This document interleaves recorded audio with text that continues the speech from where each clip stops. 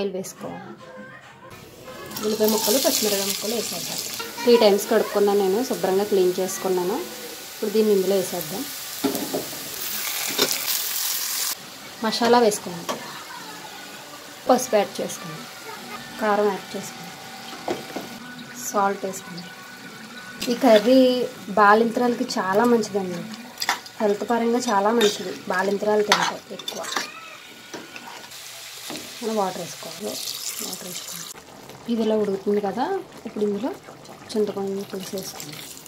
Cooker మూత పెట్టేసుకొని ఒక 6 విజిల్ దాకా వచ్చేదాకా చూడు. అంతేనండి, రెడీ అయిపోయింది మేక తలకాయ కూర. ఇందులో కొత్తిమీర వేసుకున్నాం.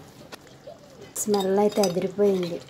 జొన్న రొట్టెలోకి కానీ, చపాతీలోకి కానీ, రైస్లోకి కానీ సూపర్ ఉంటుంది కర్రీ. మీరు ట్రై చేయండి.